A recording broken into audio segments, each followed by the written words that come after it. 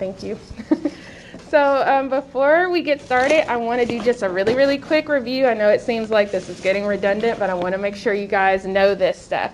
So drift, what is drift? One quick sentence, what is drift?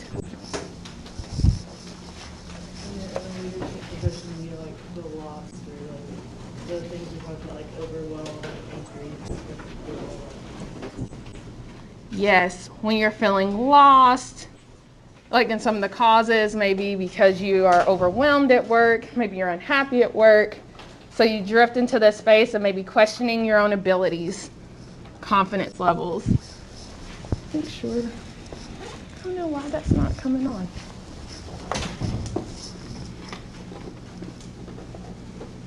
Well, sorry y'all, it's saying it's on. Maybe I will shoot on a little bit later, hopefully. So clarity, what is clarity? When you're at like the top of your game as far as leadership goes. Yes. It's when you kind of have, do you remember those two components we talked about that go into when you have full clarity? They both start with V.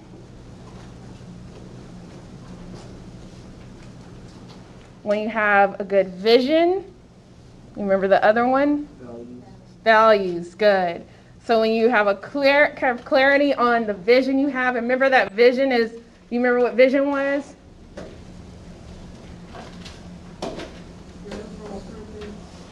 Yes, like your overall arching kind of view of your goals. It's not those little bitty goals. The goal, each goal gets you to the vision, right? The vision is that overarching perspective of what you want to get to. So vision and values are two things that help you get to that place of clarity. When you're in the zone, you have focus, and you're able to get out of that place of being lost, but make really intentional decisions to help you reach your goal. Sorry, that's really bothering me because y'all can't see that over there, can you really? I have no idea. It's saying, let me try it. I'm going to try to press the off button and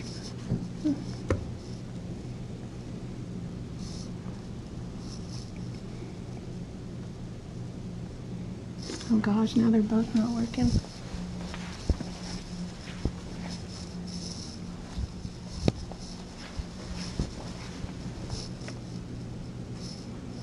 Okay. That one's coming on now? Okay. Perfect. Well, before it comes back up, let's talk about good leader. Do you remember what we said as a class? What is the overall thing that makes someone a good leader? Like someone that others willingly follow. Yes, exactly. Someone that others willingly follow. You don't have to beg them. They're happy to do it. The top 4 desired characteristics in leaders that we talked about on trait day, auction trait day. Honest. Forward-looking. Competent. Inspiring. And which one was the top one? Honest. Very good. And then just think back. Like I said, if you weren't in, feel free to look at the lecture. Actually, I encourage you to look at the lecture. And be sure to look at what we did last Thursday with the interviews, the personal interviews, and turn in a worksheet on that. And really just reiterating these points, kind of with clarity and vision and all that. The framework I mentioned last week, you need to know this framework for the exam. You don't have to draw it out or anything like that. You don't have to know what every part means because we haven't gone over every part. It's kind of the point of this class. We're going to hit all these areas. But you need to know the components of it. You need to be able to list and say what goes in the leadership framework. Just the names. You don't have to go into detail. Some you'll go into detail, but those will only be things we've already covered. So a little bit of today in chapter 2, you saw a little bit about current organizational realities. And that's what we're going to talk about a bit today, but that main gist is going to be from your presentation. So I'm only going to list it and let you know a little bit about what it is, but you guys will have the opportunity to teach part of chapter 2 through your group presentations. So one thing I thought was really good that we've talked about before about just being an effective leader was that the chapter brought up that to be an effective leader, you must be a student of the context in which you lead and develop or refine your leadership skills to meet new demands. What does that mean? Just from what you read in the chapter, what does that mean?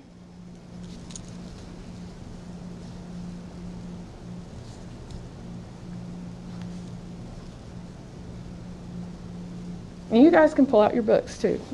Go ahead. You have to be adaptable to everything that's like coming down around you, or the things that are changing around you. Absolutely. You cannot be stagnant in how you do things and what you do, because it's important. I don't know why that one shut off. It's important for you to be able to be aware of the context in which you are leading. It gave the example with the buggy whip versus transportation business, that some people didn't want to see themselves as being part of the transportation business, and they ultimately got left behind. Like, can you guys think of an example where you've seen a business that is was super relevant and now they're not because they weren't able to kind of flip their business model and keep up with current day needs? Can y'all think of one? Blockbuster. You just read my mind. Blockbuster, for sure. How? What happened to Blockbuster? They didn't advance enough in their technology of video and audio.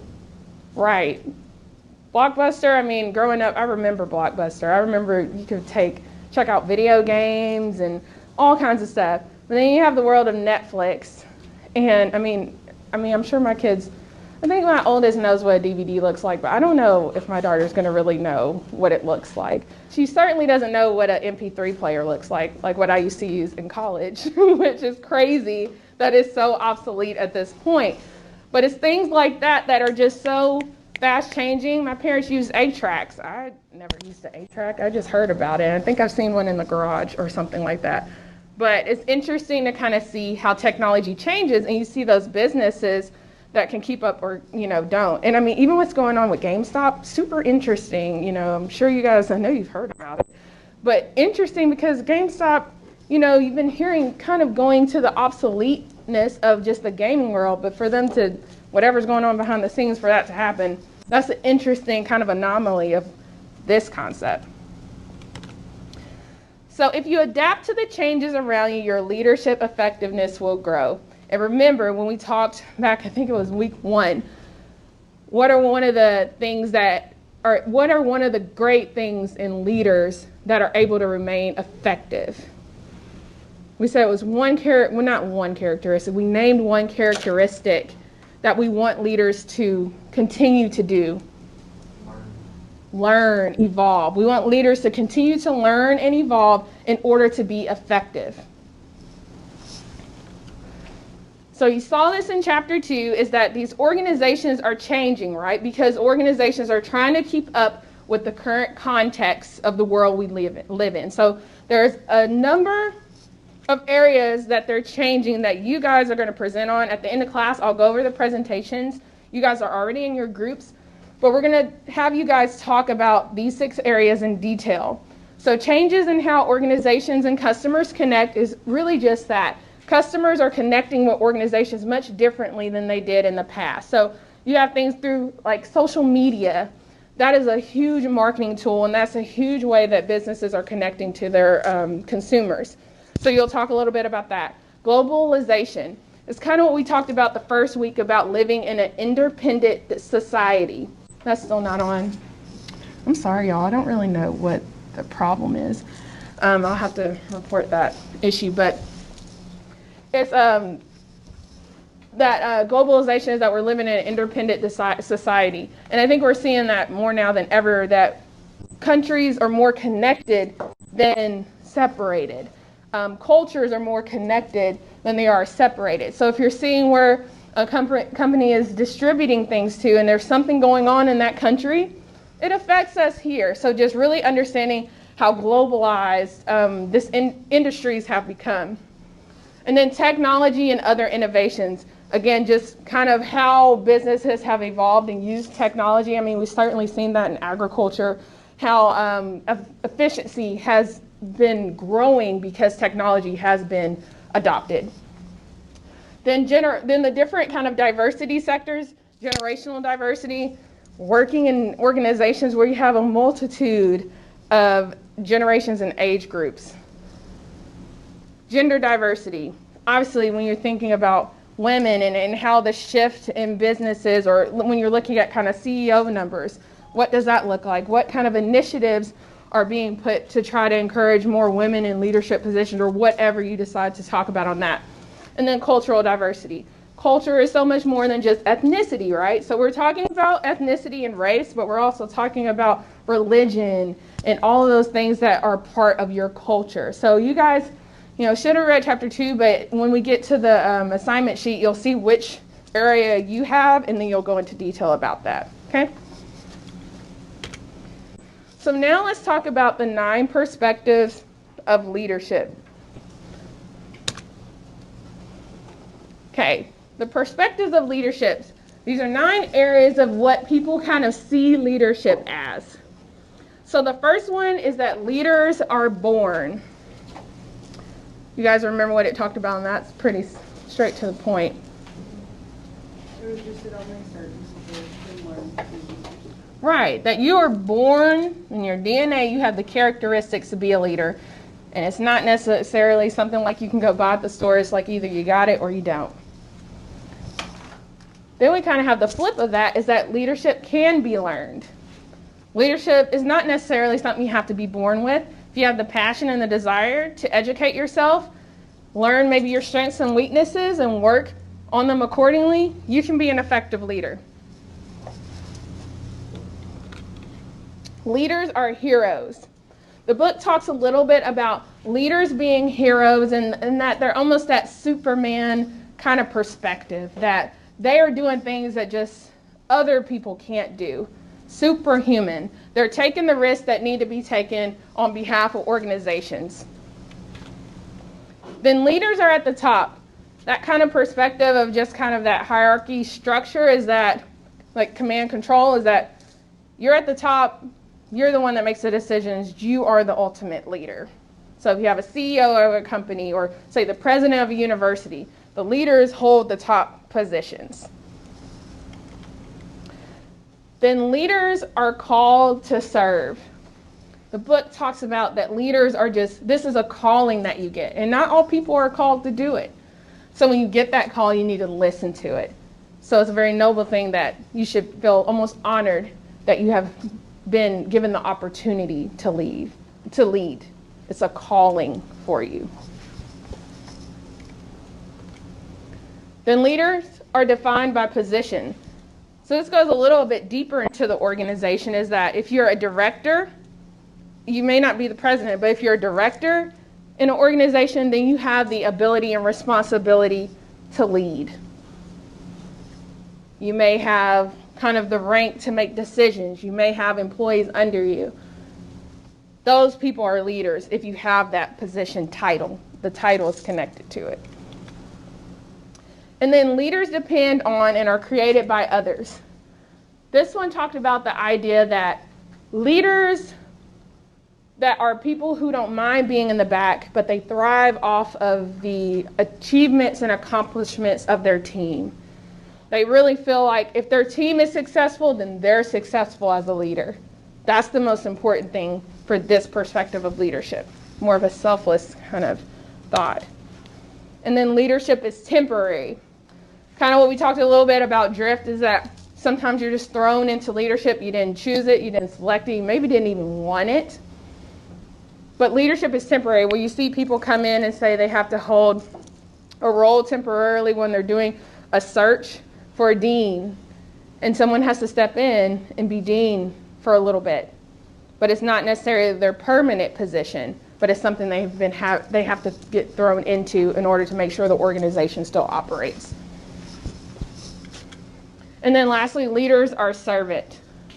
And this one is a little different than leaders being called to serve, because it talks a little bit about, as a leader, a servant leader, you are driven by your innermost passion to lead. You don't necessarily need someone to tell you, you are designed to do this. Your passion is what makes you do this. And it's sometimes maybe people think it's irrational, it doesn't make sense to them, but you feel that you need to serve others. It's bigger than you. You have a bigger overarching mission. So So from these 9 perspectives, what would you say, and based off of kind of what you read and things, what would you say is probably your perspective of leadership?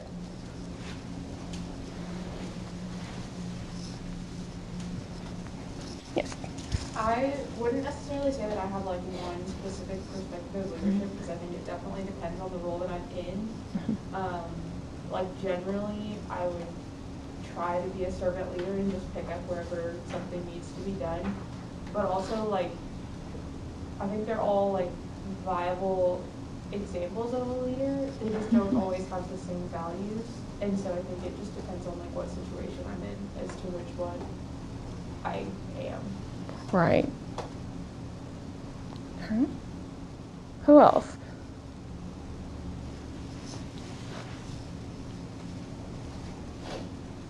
What would you say society has as a perspective of leadership? What do you think generally most people think about? And it doesn't mean you think most people think this one thing, but what are one of these perspectives that you think most people kind of carry with them in their daily lives on how they see leadership and how they see people in different roles?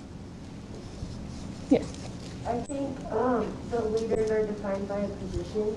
Yes. Because like in any organization or job, like they always look to their manager or a different position as a leader. Yeah. Yes, leaders. I think about that too when I worked retail, because I mean, when I was a cashier, I was like, it's above me. Like, I'm not about to stress myself for something that I don't have any decision-making power over. And I didn't call the district manager to do that. It would just be my store manager or whatever manager was on duty. Yeah. So for sure. Yes, Eric. I could probably see 3 and 4. Okay, so leaders are heroes and leaders are at the top. Why? I think a lot of people like associate leaders just with like people who are like, you know, like people always talk about like Elon Musk and like Bill Gates and like people like that. Like they're at the top. Or like people define like leaders as like their heroes, like MLK, and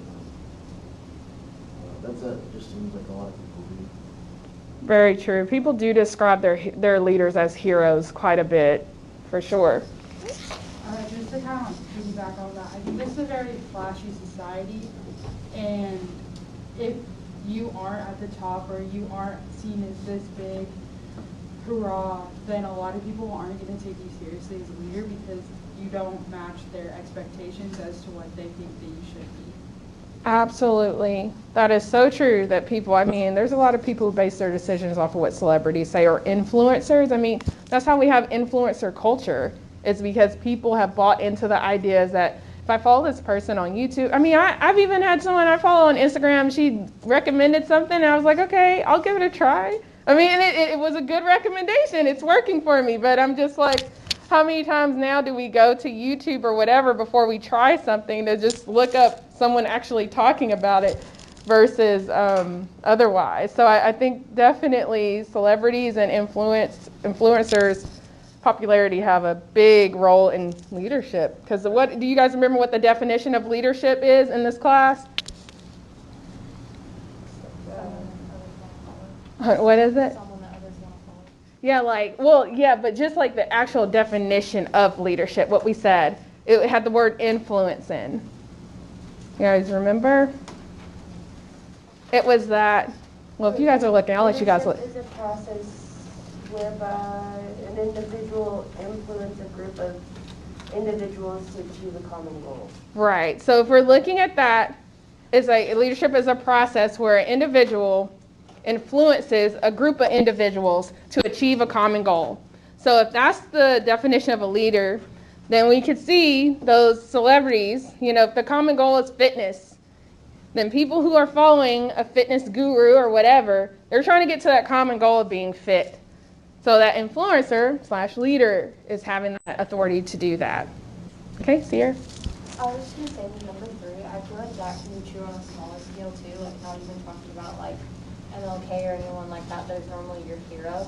Like if I get a call from a super angry customer at work and my boss comes over and like takes the phone from me, he's my hero. Yeah. You know what I mean? Yeah, all heroes don't wear capes, for sure.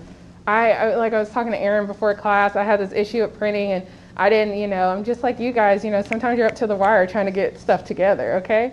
So I was trying to get the handouts ready, and I had to ask Karen, or the support staff administrative assistant, Ag, I had to like email her and ask her if she printed. I mean, she was on top of it, gotten done. And I was going to text her, or not text her, but email her that. But I'm like, no, I'm going to save that for a thank you card. That all heroes do not wear capes. And she saved the day for me. That stuff matters. That stuff matters. And she's not the president of OSU, but she really saved me. So for sure, that hero perspective can be on a smaller scale. I was just going to say that I feel like there's a different level of respect that we have for people that are heroes or like that we look up to, just because like not everyone is like that. And so I feel like the respect level is almost much higher than Right. other people. Right. It's like that kind of perspective of who they are is almost just like there's this golden aura over them. And it does, like even the book says, it doesn't seem that attainable for everybody, or maybe everybody doesn't want that. But that person who took that on is an admirable trait. Whenever I look at number 9, it says leaders or servants. I think that you can look at that in 2 different ways, being a servant leader and just doing it because that's what you want to do. But then I think you can get into it as like leaders are sometimes the servants of others. Like they are expected to do that. They're expected to go out and do this, that, because they don't want to, because your title says that you have to do it that way. Or your title, or you don't have a title and you just work your tail off every day and they make you do it because they don't want to. So I think sometimes you can look at that in a different perspective of like, yeah, there's those leaders or servants, like servant leaders that are just doing it because they love doing it, and then you can think about it as there's leaders out there that they do have that position, they shouldn't have to do all that kind of stuff because, you know what I mean? And then they're being forced to by others because they think that they're the only one that can do it because of their title. Right. I think, what does it say? To whom much is given, much is required, kind of speaks to what you're saying, that as far as like, yes, you're a servant leader, but sometimes it's a little bit hard being in that role. And I think that's like perfect segue for the next part is when we talk about the cost. Because this chapter talks about the perspectives, but it definitely talks about what you're talking on as far as some of those costs, some of those weights that those leaders feel. So the first one is 9 costs, 9 perspectives. That should be easy, right, to remember. Visibility. You are living in a fishbowl as a leader in some regard. You're just highly visible. You almost become that PR spokesperson. When you see a leader of an organization, you may have a whole team behind you, but most of the time you're the one who has to go speak on behalf of the organization if you're in some kind of leadership role. So sometimes it's weight in that. Sometimes it's pressure in always being visible and everybody can see everything you do. Sometimes the good things you do, but sometimes they pay more attention to the bad things that you may do. But you're still human, so that's why it's a cost, because it's weight in that. Then public duties. Kind of a little bit deeper on that, when you have to go and do things for your organization. You have that weight of having to step in, maybe as a CEO of a company, now you have to serve on other boards on behalf of that company, or you have to serve on other things for the local university that you serve or the local community that you serve. So with that leadership role, sometimes there are those public duties that you now have taken on that weigh on you as a leader. Then separation. The chapter talks about, I don't know if you've ever had a job where you guys are all great and then someone gets a promotion and now the dynamic is different in the relationship because you guys all were on the same, hierarchy, I guess. But now they are your supervisor or your manager, and it's like that authority that comes there, and it just shifts. So sometimes on the flip side of being the person that maybe wasn't promoted, the person who is promoted, that separation there can be a little bit of a stressor because you still want to maybe maintain that relationship, but you also have the responsibility now that comes with the leadership role. So just being separated, and even if it hasn't come in just a shift, but just being the boss, sometimes people talk a little different when the boss comes over if you're, in the break room. It's just that separation, that isolation that sometimes comes with leadership. caretaking and emotional strains. A little bit kind of what Seth was talking about as far as like, and it is another one that makes me think of what you were talking about, but that as the leader, sometimes you have to take on what your employees may have or your team may have. Kind of like what you said, Sierra, like having to, if you're dealing with something that is just something that you shouldn't be dealing with, your boss needs to come in and take care of it, but also probably needs to make sure, hey, are you good? What do we need to do kind of moving forward? So they have to kind of take on those emotions of their constituents. And I mean, you see that even in politics. You know, when you're in politics, if you care at all about what your constituents think, I would imagine that would be some weight there. If you're there to call to serve a city, and you're not really doing what people thought you were going to do when they voted you in, there should be some strain there. I mean, that just kind of comes with the territory being a leader. Like I said, if you actually care. Stamina. So now we talk about when you're in a leadership role, stamina is very important. You have to be able to keep going when other people aren't going. You have to work long hours sometimes. You have to answer emails. You have to do a lot of stuff in a leadership role that you maybe wouldn't have to do if you didn't take it on. So you have to have the stamina to endure that. Because as a leader, you can't always say, man, I'm just tired. I don't really feel like doing it. I'll get back to you later. Sometimes you have to get to it immediately.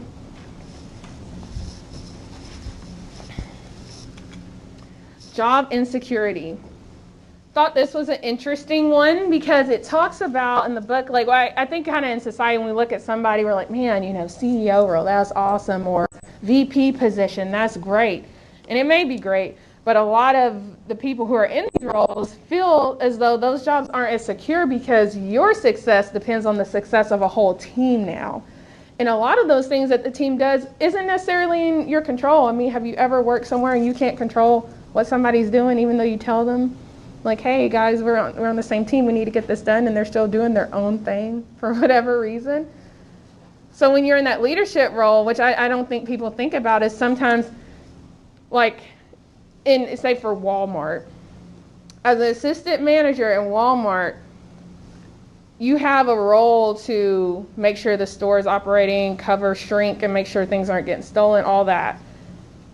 The employees there don't always think about all that kind of stuff. They don't think about, yeah, man, I need to take facing super seriously, you know, because if the district manager comes and they see that the store looks a wreck, maybe shrink is out of control because someone's letting people, you know, not necessarily letting people, but they're not being diligent in making sure things aren't stolen. But now that assistant manager gets ripped because the store looks bad and it's a representation of that manager. But he maybe told everybody, hey, we need to get the store together, we need to do this, but it wasn't in his control to micromanage every single person. So his job could be on the line because his constituents aren't on board. So that's definitely stress with that. Less freedom of expression. I think this has like been the theme for the past few years of just being able to say what you think and people either being able to separate it from your role or not. So leaders certainly feel like they don't have the ability to say anything without it coming back. You can't even say anything years ago anymore to where it's not going to come back. So it's not even just so much now of the expression that leaders feel or the stress of being able to express themselves currently. Now it's almost anything because we have technology now, which is great. But because we have technology, we're able to see any kind of expression that you have shown that maybe doesn't go now with the current context of their environment. So certainly there is stress on not expressing yourself, even on social media, all those things. You can't necessarily give your whole self when you're in a leadership role because remember, you have that visibility as well. People are seeing you more. Infrequent relief and its strain on your family. So talking a little bit about kind of that pressure, that stamina that you need to have. Infrequent relief means that as a leader, sometimes you can't shut your phone off. So you don't always have that relief to be like, okay, I'm home, I'm turning it off, I'm here. Sometimes you get that call and you need to be there immediately. So if you get that call, you need to be there immediately. Sometimes that spills over into your family. That spills over into yourself if you don't have that off switch. You're not able to turn it off. So that infrequent relief and that strain on their family comes from being in that role, because there is a ton of responsibility that comes with leadership at times.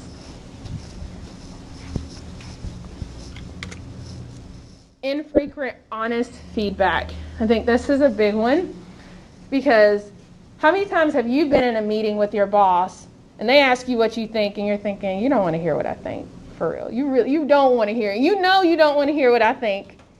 So now I got to just tell you what I think you're okay with hearing, because I can't keep it real with you, because now you're going to be in your feelings about it. Right? Have y'all ever experienced that? I'm a type 8, so I just tell them what I think. That's great. And I've been in that position, and it didn't end well. And so, I had a dean, and I told him what I thought, and it was not good. He didn't like it. I was respectful, but he didn't like it. I'm like, why you ask me what you think if you don't want to hear what I think? So it's almost like people feel like they need to play the game, which I hate that term of playing the game.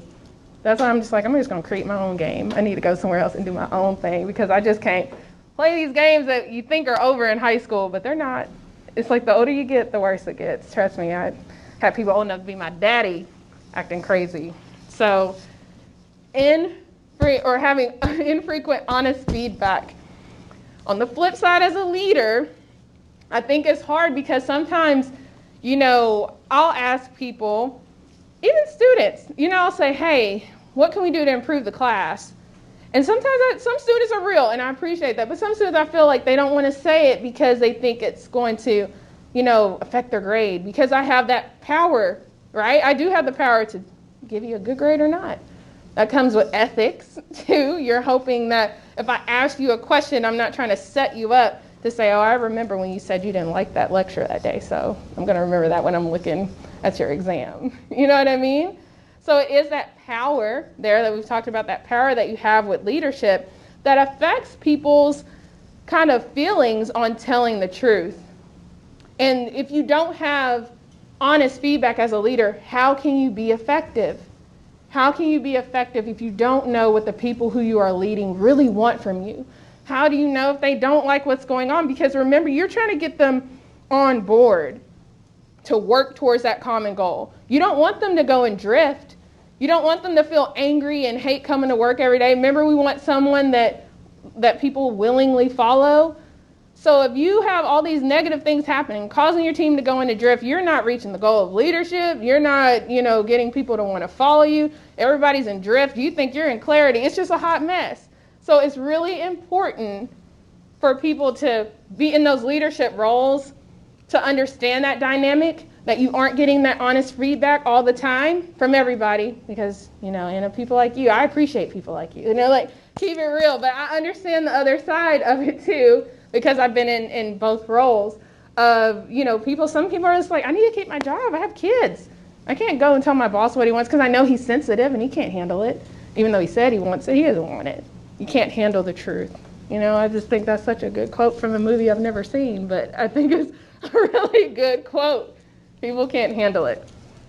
So from these 9 costs of leadership, what do you guys think are some of the biggest ones that you've dealt with, or that you've seen people deal with, that you struggle with, like, gosh, this is rough, that people have to deal with this?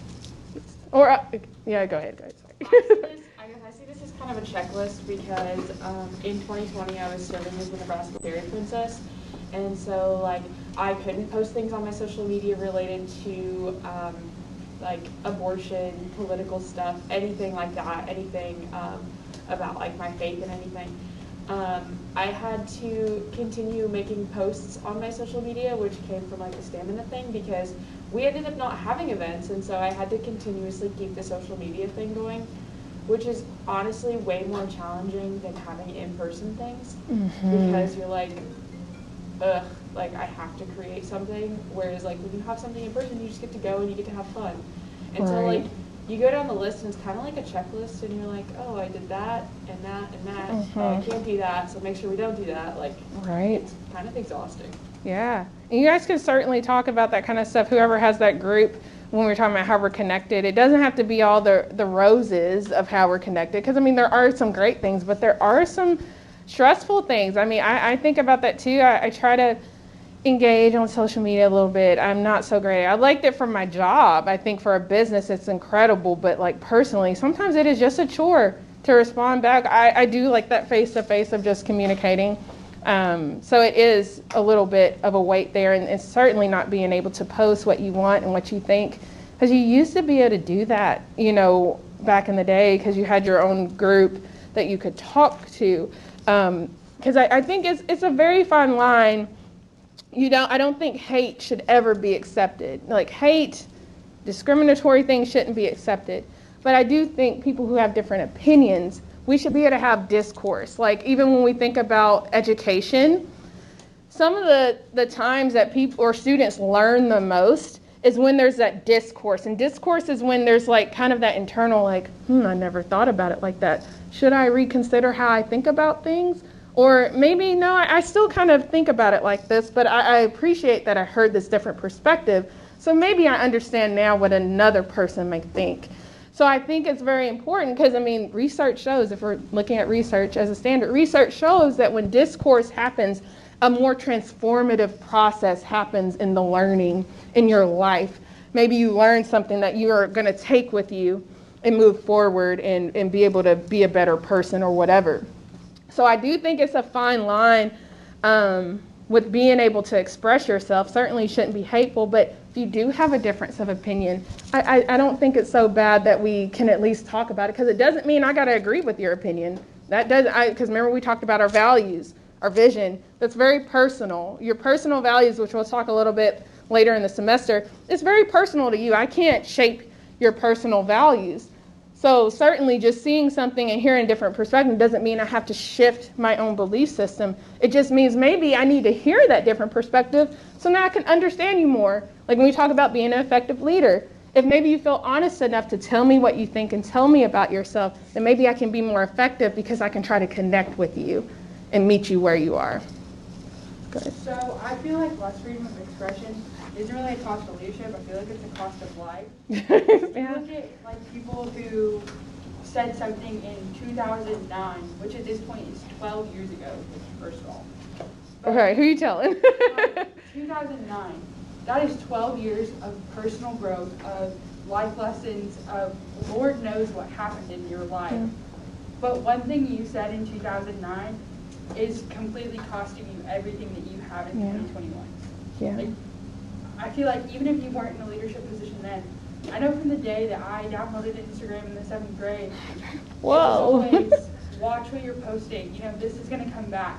Mm-hmm. I wasn't a leader in 7th grade. Right. Like, and even the emotional maturity to accept that in 7th grade, like my kid does not have that, because I can only imagine. I mean, he's in 5th grade, but there's 5th graders who have freaking, so I just can't wrap my head around it. He asked for a phone, and I'm just like, for what?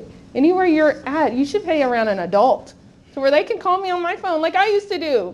Call the house phone. Like, I'm trying not to be, stagnant. Like we said, don't stay in the past, but it is really hard sometimes.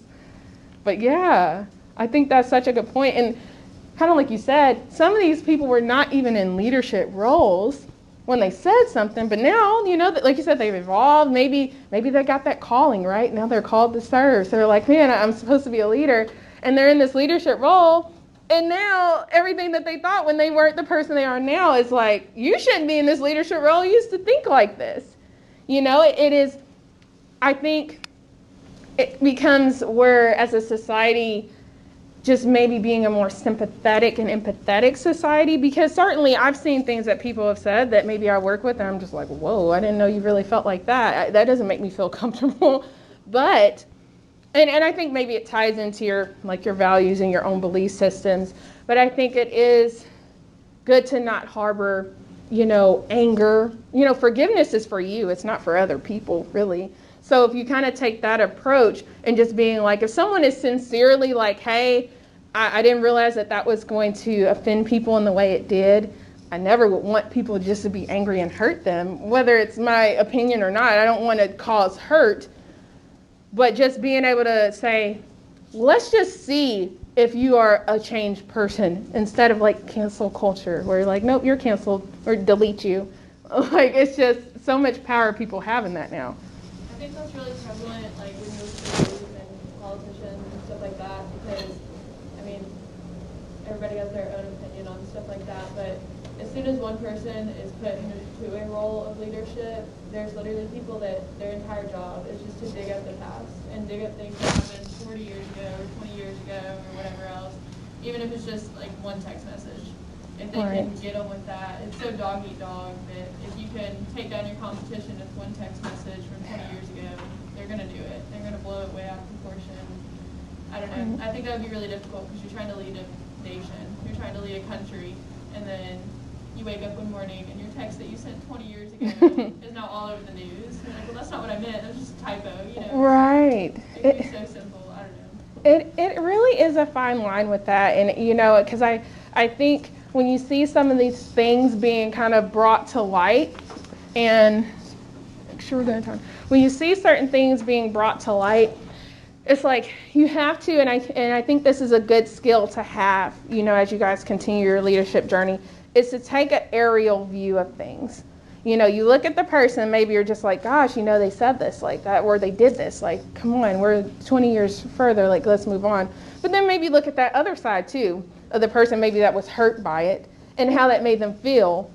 So you understand both dynamics of it. And I know for me, maybe it's not the best approach, but it's a lot of weight in making the decision about, you know, who should be canceled and who shouldn't. Because I take the approach as like, man, I got so much stuff I probably could be canceled for. I need to focus on that. I need to really focus on myself. And I'm going to leave it, you know, for my faith system, I'm going to just leave it to God to figure out or whatever. You know, you can move it over and compartmentalize it for, because, you know, I look at it too, if it was me who was personally hurt by something, would I want someone to, you know, would I maybe feel differently about the whole let it go thing? You know what I'm saying? Like it always goes back to kind of those personal values, and I can't stress that enough as a leader or as a person in general, but we're talking about leadership. You have to be sensitive to people's personal values, and it doesn't shift your values necessarily, but you have to be sensitive to those values and understand why they feel the way they feel. So even and still, if I'm just like, that's a fine line between someone being canceled or not, I know that's my personal thoughts. But if I'm engaging with somebody who doesn't feel that way and they feel like, well, you know what, they shouldn't have ever said it. It still was a bad thing, or they shouldn't have never done it. I need to accept that that person feels like they need to be canceled. And then hopefully I think we just need to get to a place where we can have the conversation. I think that's the first step to growth, is that we aren't having conversations because maybe we fear ignorance. We fear maybe asking the wrong question because we don't want to be seen as something completely negative. And I think, how can we grow if we can't talk to one another, because we've all been raised differently, and we'll talk about that with vision or values and things. We've been raised differently. So kind of our own expression may be based off of our personal values and experiences. Kind of bring it back down to like an example that maybe a lot of us can relate to. I know there's a lot of ag-ed people in here, which is what I was, and to kind of bring in some of these costs in a way that it may affect you. So visibility, when I was an undergrad, I had a friend that was also ag-ed and worked at Hooters.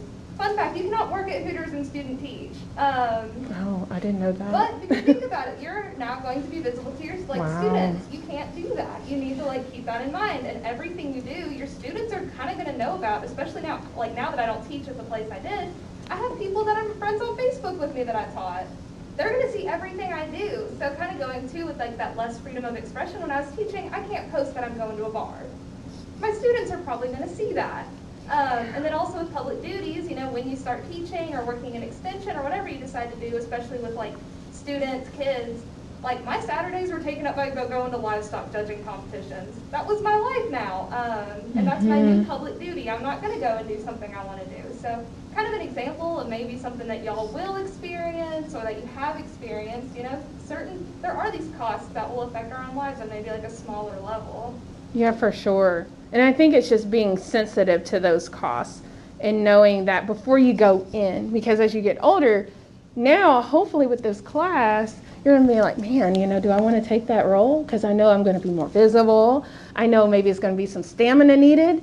I'm not going to have that much time with my family. I would hope that everything we learn in this class helps you when you're interviewing and researching job positions, because now you have all this in mind before you go into it.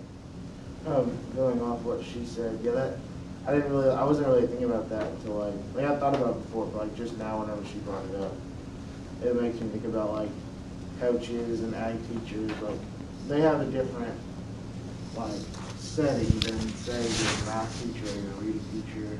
Like they can just give their kid like not give them a grade, but like there's less of an argument whenever it comes to grades and stuff like that. Like a coach, like you're under a microscope, or like an ag teacher, like you're under a microscope of what you suggest to parents to do for their children or their animals. Like it's a lot different than just being where it's like, oh, you made the 89 on this test, move on. To like piggyback off of what Eric said, like in ag ed and extension and everything, like if people don't like you, they will find dirt on you.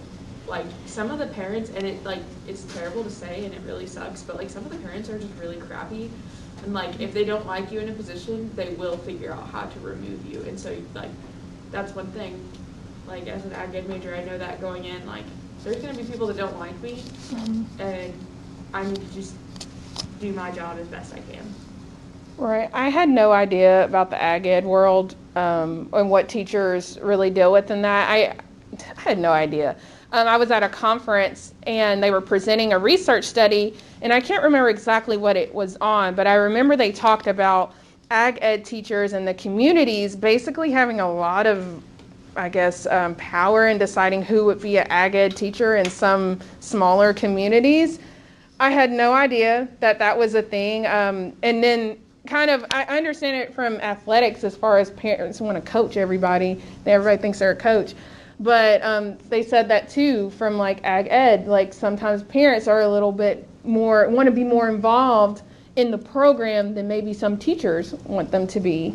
That was like one of the first things my ag teacher, he told me, like he said, whenever you decide this, like he said one of the first things you have to do when you get to a school is like put your foot down, and like you can't let parents walk over you, or else you'll just be run out like by the end of the year. He said, like, I've heard of multiple teachers of places that they only lasted half the year just because parents, like, would not cooperate with them, or everything they did was wrong to the parents just because it was different from what maybe the last ag teacher had been there and done. And they just said they could move schools. So which one does that fall under? A lot of those. Like, if we had to pick one where you're talking about dealing with other people, parents, and all that kind of stuff, what does that fall under? Absolutely. Emotional strain. You have to deal with the emotions, not only of teenagers. Couldn't imagine that. But you got to deal with their parents too, who love their kids, who ultimately want the best, you would hope. But they just maybe a little pushy and overbearing, and you can't even do your job because you got to deal with the emotions of the people that you're serving. I feel like that just goes along with life too. Like not even like leadership roles, but like not everyone's gonna like you and not everyone's gonna agree with you. I think you just have to remember you have to have like a strong backbone. Like your boss hired you for a reason. Like yeah, people are gonna like try to do stuff, but he's not gonna just you know what I mean? He's gonna have your back. So I feel like you just have to be tough and have a strong backbone to just do anything in life, and just remember if you look in the mirror in the morning and know you're doing the best you can and know you're being the best person you can, then I think that's really all you can do. Not everyone's going to like you, no matter what you do.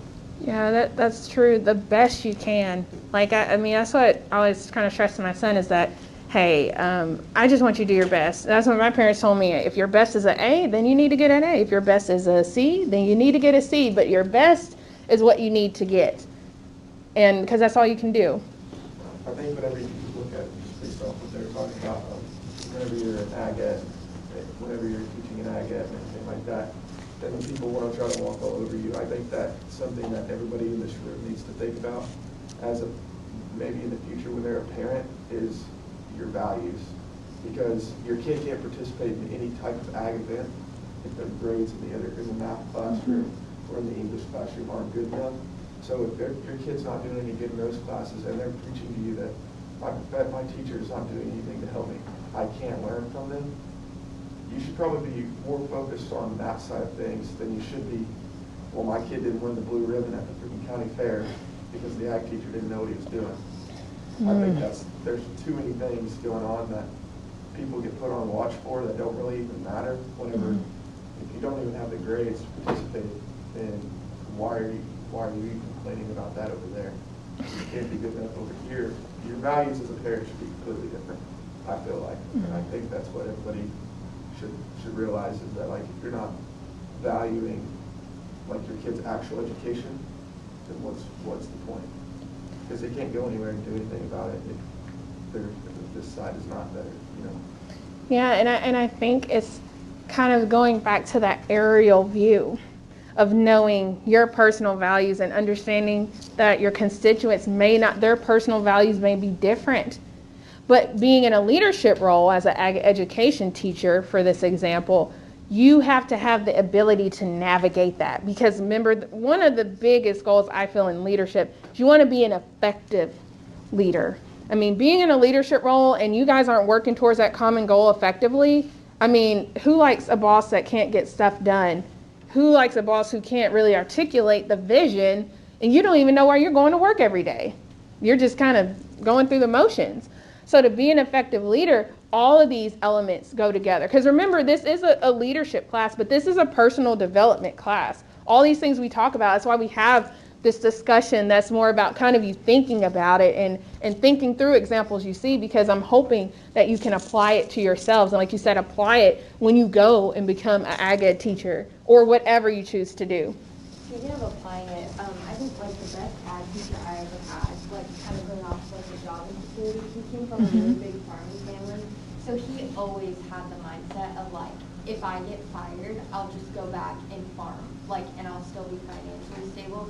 So I think that's a really good thing, is to like go into like a job with a fallback, because then I feel like you lead a lot more effectively and you're willing to take more risks that are going to be beneficial if you're not constantly worried about losing a job. Yeah, and I think, you know, it's trying to put yourself in that position. You know, and I think that when you apply all the different things that people have, maybe challenges economically, where it's like, you know, it would be great, but I don't know how to build wealth. I have no idea how to build that fall system of how to kind of escape or have the flexibility to leave what I have to go somewhere else, you know, that maybe is more fitting. So I think, you know, if people, at least on the forefront before going into that job that is maybe a little bit less secure than others, maybe having that backup plan to where it is like, I know I need to have it just in case, but you don't necessarily want to have to use it because you are accepting this role. So I think it's like, even if you don't have it lined up, maybe you don't have that access to resources, but mentally you're thinking, okay, I want to keep my relationships going to where if I need to resign and move on, I have people on my LinkedIn network that I can call and I can transition into another job. So just using what you have that's accessible to you to be able to have that flexibility. So I feel like visibility is kind of a blurred class, because you see the shadow of what people are doing and you kind of see a movement, but ultimately there's so much more that's happening that you don't see. And that's kind of the thing, like what you see, maybe they move away that you think was bad, but in all reality, like that was the best thing that they could have possibly done in this situation. I mean, I know I interned under my ag teachers my junior and senior year, and just realizing like having 300, 400, 500 OIE nomination kids come in and everybody being mad because they weren't out within the day. But there's only so much you can do as one human being in any given situation. And they see the fact that you didn't get the OIE nomination kids out, but they didn't see that Blue and Gold was also trying to come in and things like that. So I think it's kind of this blurred glass of you can kind of see the picture, but also there's a lot more behind the scenes. Yes, absolutely. And I think it's that I'm hoping you guys are seeing that in this class. I really want you to think about both sides of it, being the leader and the follower. Because in order to be an effective leader, you need to kind of understand the place of the follower.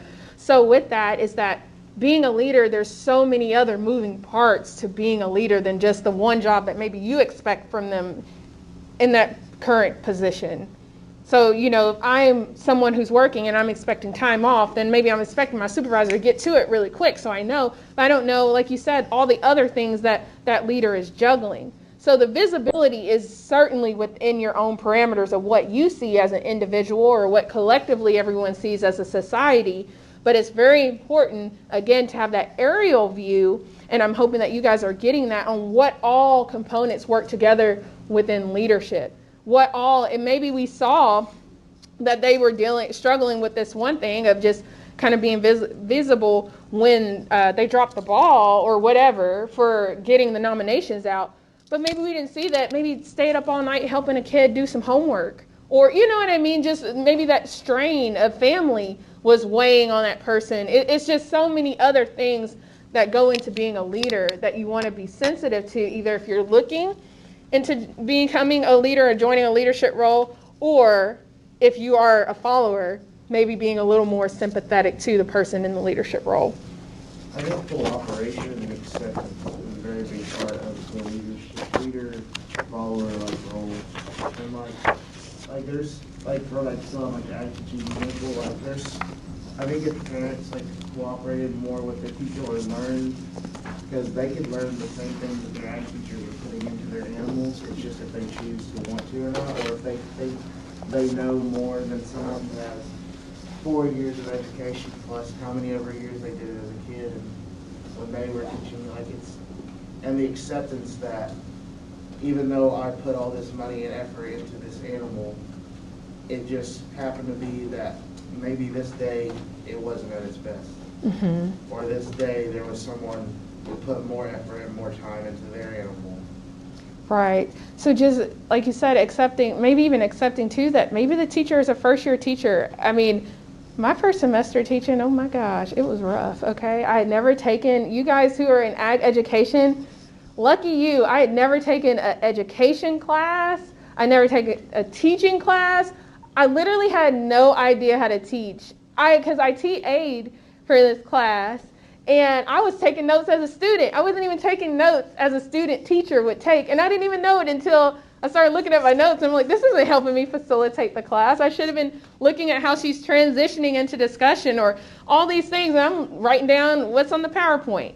It's just it is hard sometimes, and of course, the students I have probably didn't know all that. They just know this is my instructor. She's supposed to know what she's doing, what's going on, but maybe being sensitive and letting someone go through the process and letting them build, because I felt I was doing all the things I could do to try to make it a good experience. I was talking to people, looking at YouTube videos. I mean, I was doing the best I could, but it was a process for me to kind of learn the ropes on what it takes to teach, and even taking a class, that helped a lot, and understanding how to be an effective teacher, kind of like same thing with leaders. So I think being understanding that people who are either thrown into leadership roles or choose to go into a leadership role, that there is that shift that needs to happen because they're dealing with all of these costs, and maybe people are seeing them like, this is your role, this is your title, you should be able to do it. That is a perspective that someone has if you come in as an instructor. This is your job. You should be able to do it well. So knowing that all those moving parts are working together and just being sensitive to that. So, but I think everybody gave really good thoughts. Any kind of last thoughts on these costs of leaderships and these perspectives of leadership?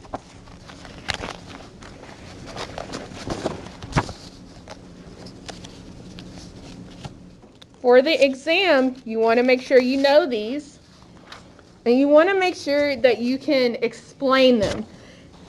And I'm going to just kind of give you another hint. You want to make sure you know them and you can name them correctly.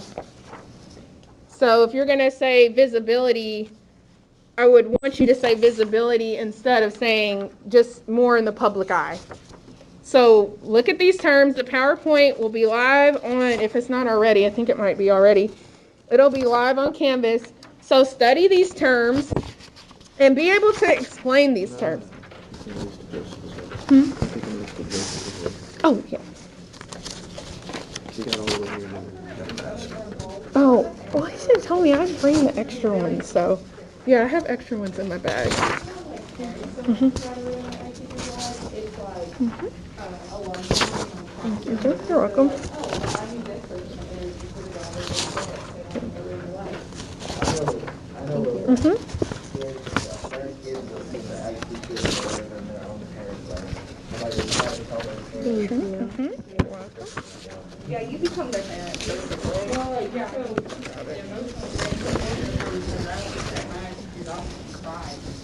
I had so many like high school girls just cry all the time, like in my old Okay, that's office. it. Yeah. Yeah.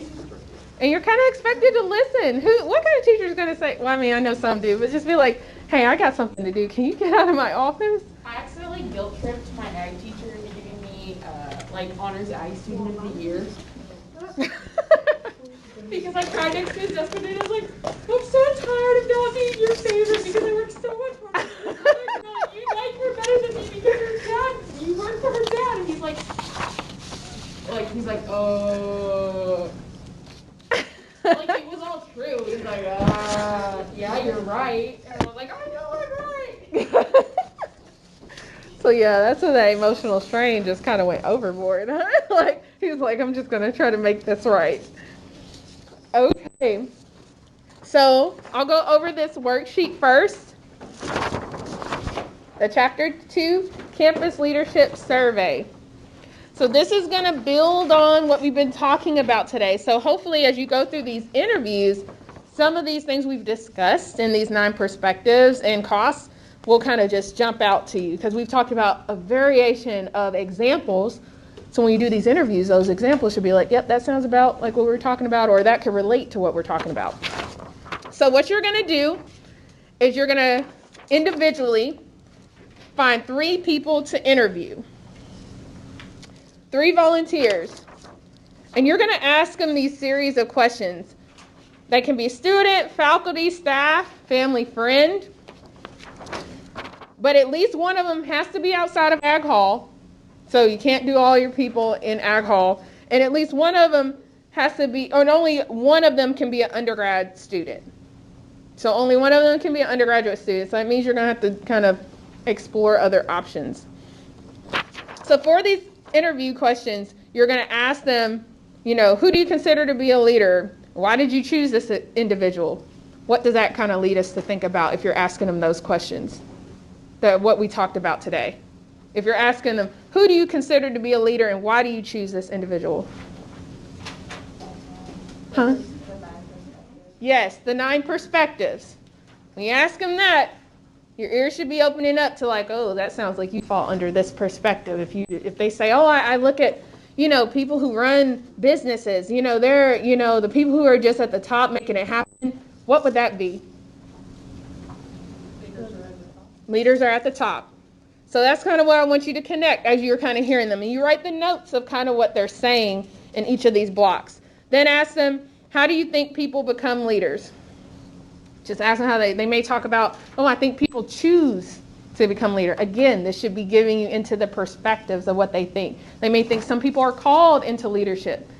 They may think people specifically have roles that they have. Again, so it should be making you think of those perspectives. Then asking them, do you consider yourself a leader? If so, how did you become a leader? Then ask them, do you think there are costs related to being a leader? If so, please explain or describe. So again, you want them to just kind of go off the cuff and tell you what they think costs are, but you want to be thinking of those costs that we've discussed and see what they say and how it falls into what we've talked about. So then on the back, this is where you apply what you've been connecting as they were speaking and as you were taking notes and maybe took some time to kind of reflect on the interview.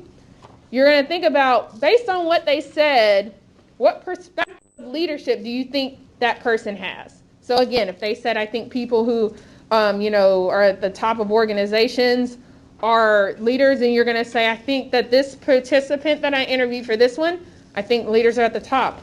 Or if they think someone who is called to serve, you're going to write that for the next one. So you want to connect that there. And then what are the costs of leadership parallel to the book discussion? The cost, what we talked about today. Based off of what they said, you need to write in what cost it is. And again, this is good practice. Write it exactly how it is in the book. Write the whole, or on the PowerPoint, the whole name of it. Just go ahead and write it in there. Then summarize your findings. This is kind of like the exercise we did last Thursday, with you guys kind of summarizing what the interview was like and what you took away from the interview and what you heard. I want you to kind of summarize all 3 interviews you held and kind of your big takeaways on it.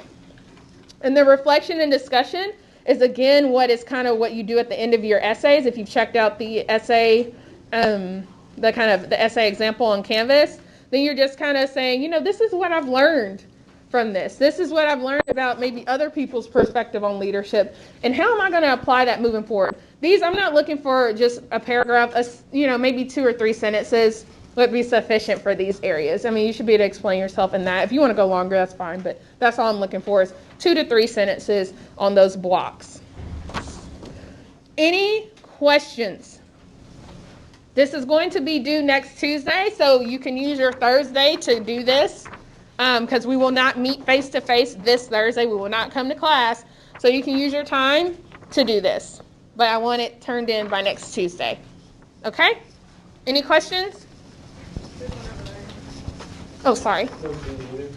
No Zoom either.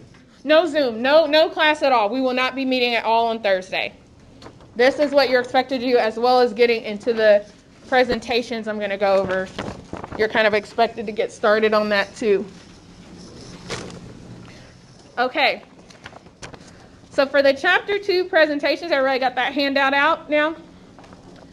This is what I talked about during the lecture, saying that you guys have the opportunity now to kind of teach about those different shifts that we're seeing in organization, those 6 changes that we're seeing in organizations.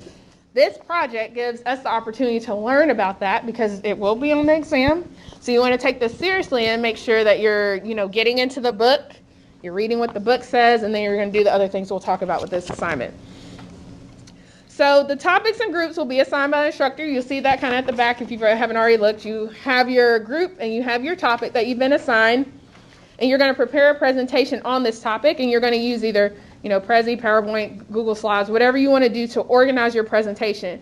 So this is kind of the format that I want to see for your presentations, is that you want to do an introduction. It doesn't mean your slide literally has to say introduction, but I want you to introduce the topic. Talk to us like we haven't learned it at all. So introduce the topic. Tell us a little bit about what it is, maybe a little bit about what the book kind of says about it. Give us just a little bit of an intro. And then review of assigned section from chapter. So this is when you get a little bit deeper into highlighting and discussing those key points from your topic area that you feel like should be some big takeaways. Then I want you to do some outside research on the topic.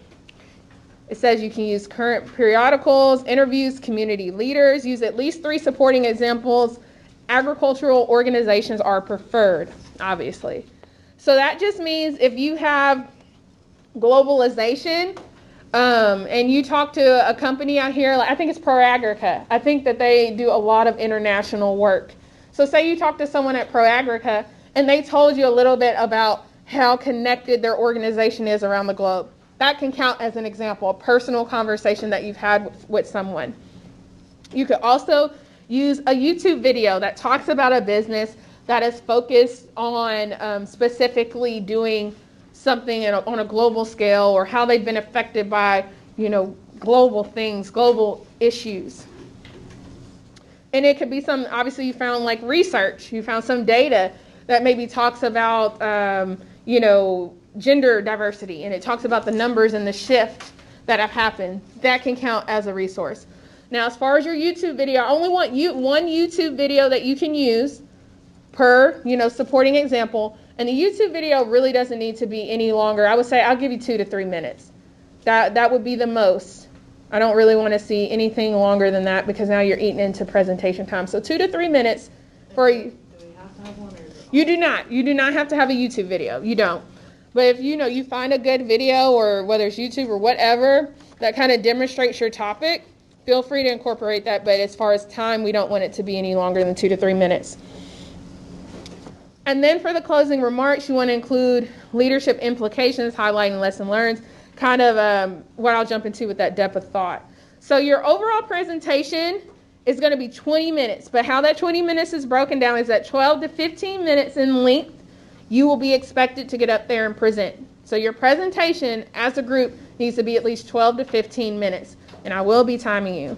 And if you aren't meeting that time, you will lose some points because we want you to practice. If you practice and work together, it won't be a problem. But then after you do your 12 to 15 minute presentation, we're going to do a Q&A session to get you up to that 20 minutes.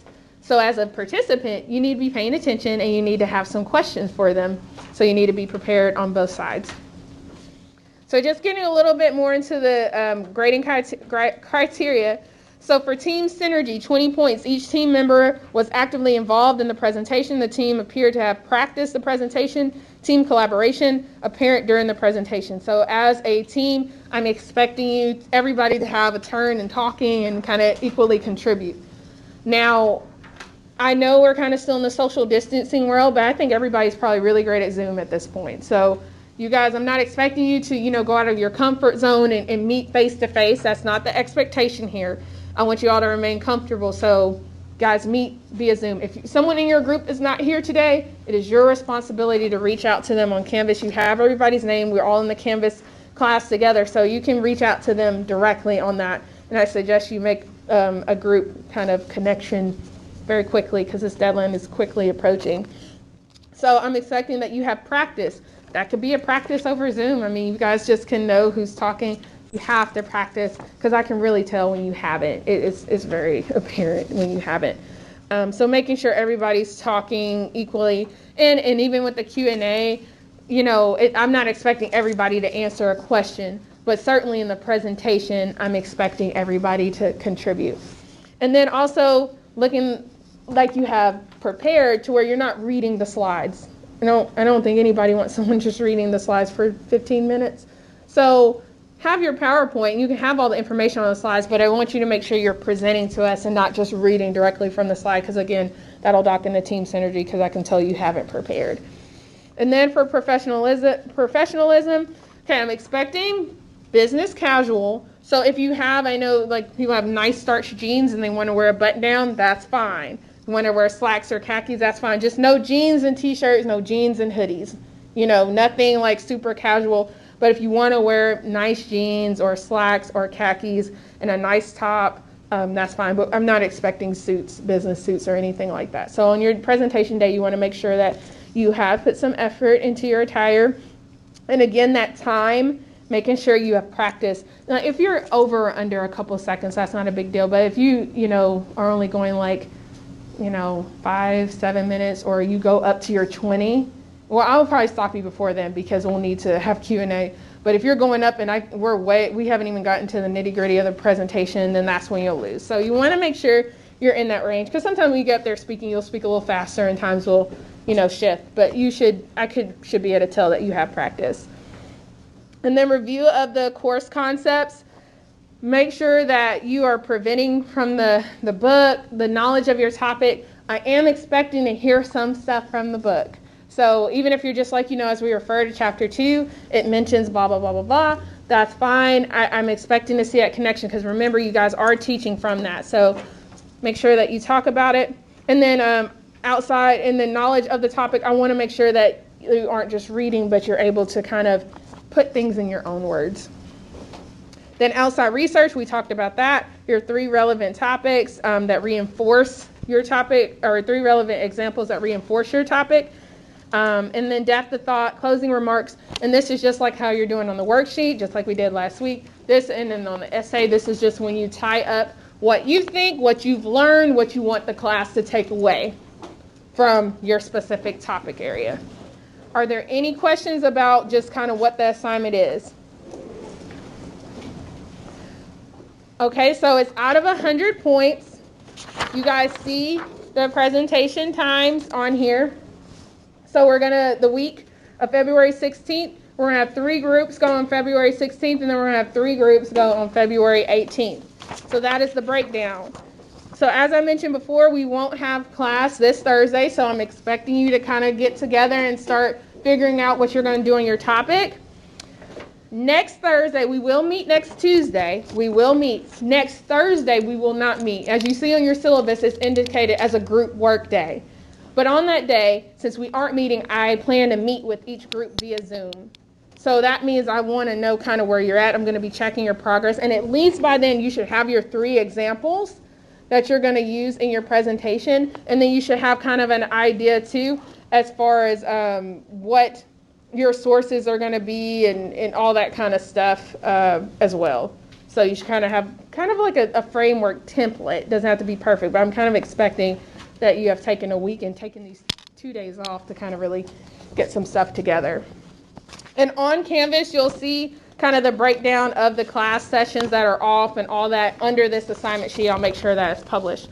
So are there any questions that you have about this? Okay, great. So remember, we do not meet this Thursday. You guys need to work on your worksheet, the Chapter 2 interview worksheet. That is due on Tuesday, so make sure you bring that Tuesday, and then get with your groups. Do we not have a quiz or anything due next Tuesday?